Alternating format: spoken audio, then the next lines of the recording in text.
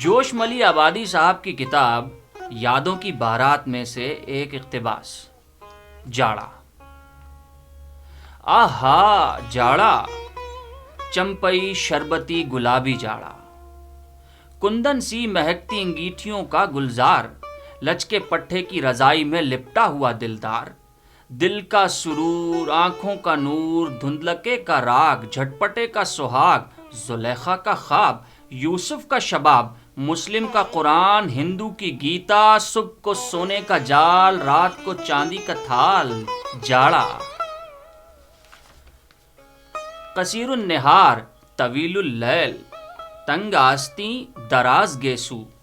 موتی کی آب موتیے کی اوس، رگوں میں چٹکیاں لیتی سردی، چہروں پر انگڑائیاں لیتی سرخی،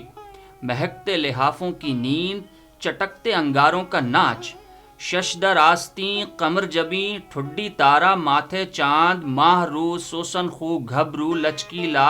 پھریرا، چٹکتا مد بھرا بانکا ترچھا، نکیلا لپٹیلا رسیلا چھبیلا سجیلا سانولا سلونا اور سہانا جاڑا۔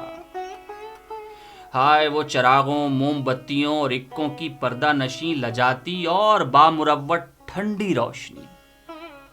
ایسی روشنی جو اپنی جھکی ہوئی نظروں سے در و دیوار کو تو جگر جگر کر دے، مگر کیا مجال کہ ذرا سی بھی آنکھوں میں چبھے۔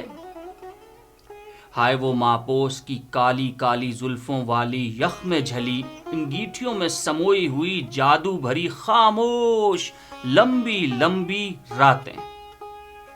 مسحریوں کے سامنے تختوں کے چوکے، چوکوں پر وہ مخمل کے گدے اور گاؤ تکیے،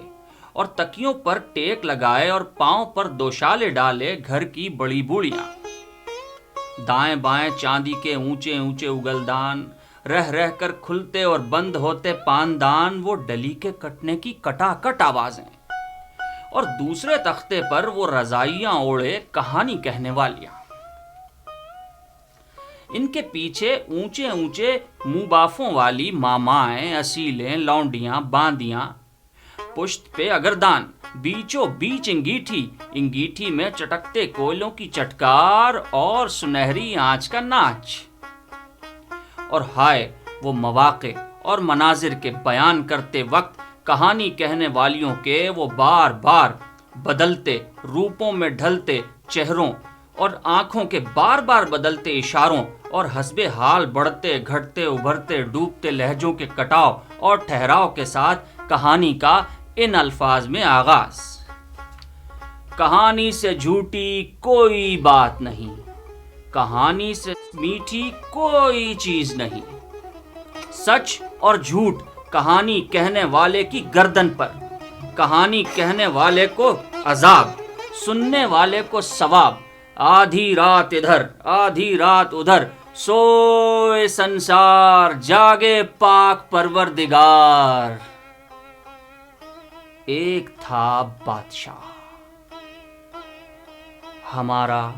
تمہارا خدا بادشاہ۔ بہت بہت شکریہ۔